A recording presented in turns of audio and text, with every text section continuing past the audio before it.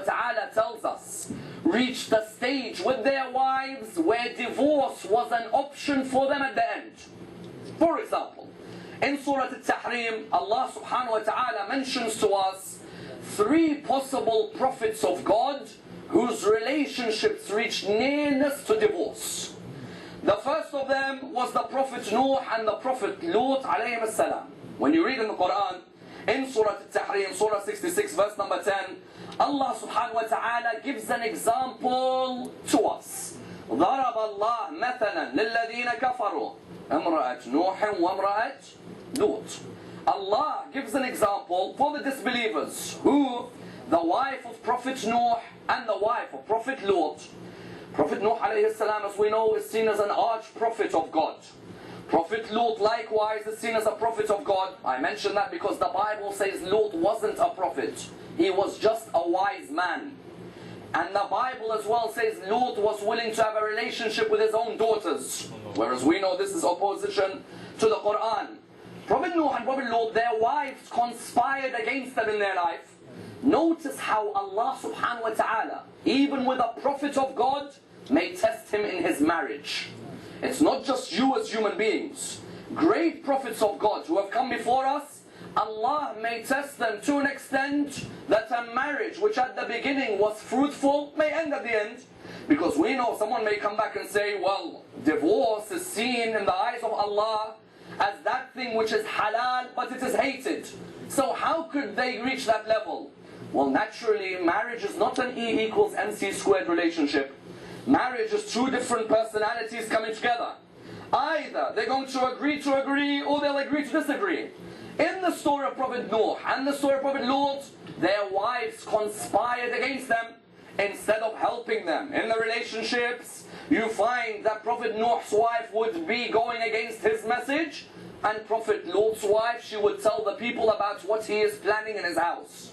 Allah subhanahu wa ta'ala told us, just because they are the wives of a prophet does not mean that they die as believers in my message. You may have a lady who's the wife of a prophet of God, but she may cause him more trouble than even his enemies cause him. And that's why not only Nuh and Lut reached a level of near divorce in their life, but even the Prophet Muhammad sallallahu alayhi wa sallam, even the Holy Prophet himself, Allah offers him the option of divorce in Surah Al-Tahrim. Why? Because Rasulullah, the hadiths tell us that his 2 wives, one Aisha, the daughter of Abu Bakr, and Hafsa, the daughter of Umar, had caused the Prophet some trouble in his life. On one occasion, for example, they were willing to say that his breath does not smell very nice. Even though Rasulullah's breath is the breath of pure life on earth, you find that they were willing to call him this. Allah tells him, don't listen to them, you continue behaving the way you behave. On another occasion, he divulged a secret, where the the Prophet gave a secret to one of his wives. They divulged it between each other. Notice Allah subhanahu wa ta'ala, even though this is his prophet and the greatest prophet, tells him very clearly, if these 2 ask for forgiveness, then we are willing to forgive them. If they don't, and they try and mount a war against you, I am with you, Jibreel is with you, and the righteous of the believers is with you.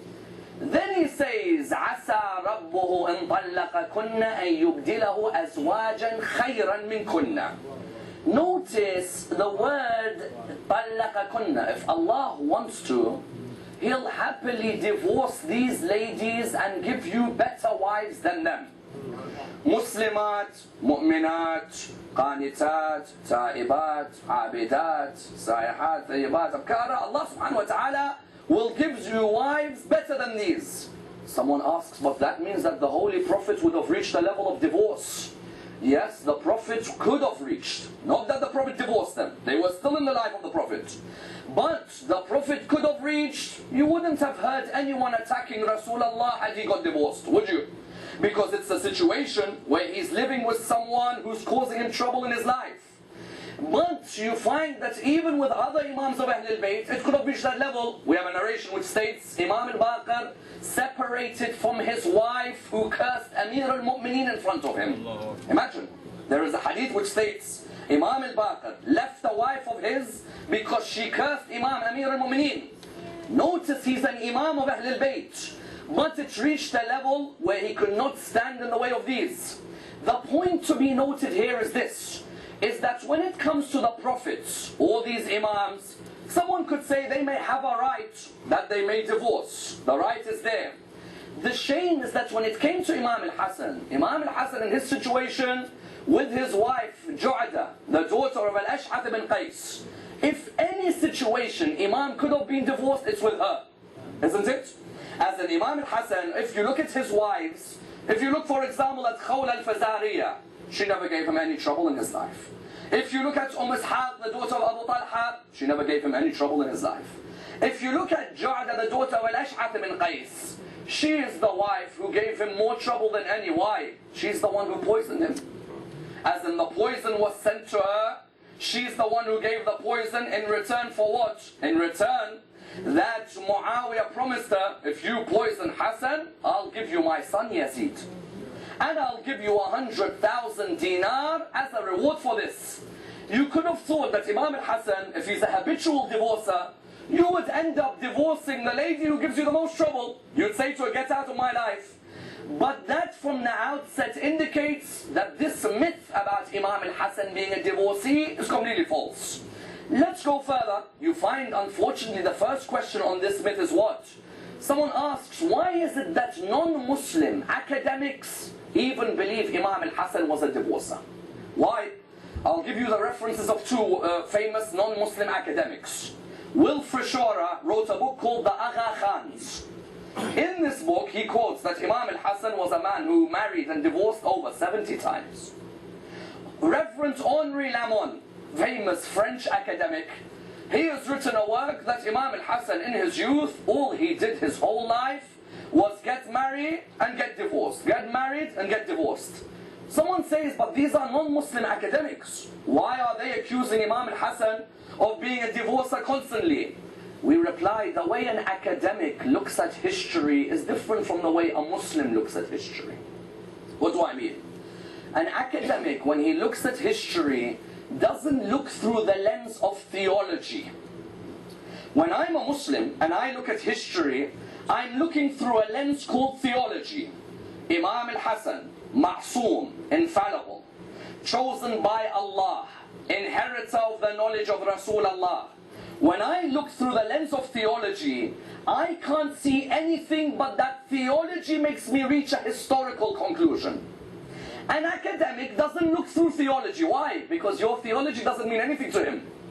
You believe in Imam al-Hassan is ma'soom. He says, what's asma to me? It doesn't apply to me. I don't even believe in your religion. You say to him, Imam al-Hassan is knowledgeable. He says, I don't really care about knowledge. It's nothing to do with my religion.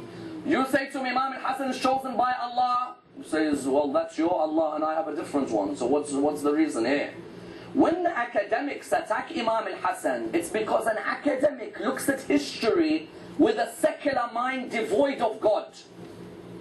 Whereas when a Muslim historian looks at history, he looks at it from an angle where theology plays a major role. I'll give you an example. One of the famous academics looked at Imam Ali versus Muawiyah. He says that, do you know who's greater, Ali or Muawiyah? He says, Muawiyah is much greater than Ali. You say to him, why? He says, because Ali ibn Abi Talib is a weak politician. Ali ibn Abi Talib, what did he do in his life? He became Khalifa, he had to face wars, and then he got killed, and then Muawiyah took government. He says, whereas Muawiyah is a politician. He's a man of a cunning nature. He's a man of hilm. He's a man of daha, political finesse. He's got these attributes. When an academic looks at Imam Ali, he doesn't look at concepts like taqwa. He doesn't look at concepts like sabr. He simply looks at the concepts which he feels make a leader great, not the concepts which Allah feels make a leader great. Two completely different angles. So when you look in the academic world, sometimes there is a danger that when our people enter the academic world, their faith has to remain strong when they enter academia. Why? Because academia can make you an extremely shaky character. If your aqidah, your belief is strong, then you can enter academia with the right lens. But there are many whose faith was wavering, and the academic world made it waver even more.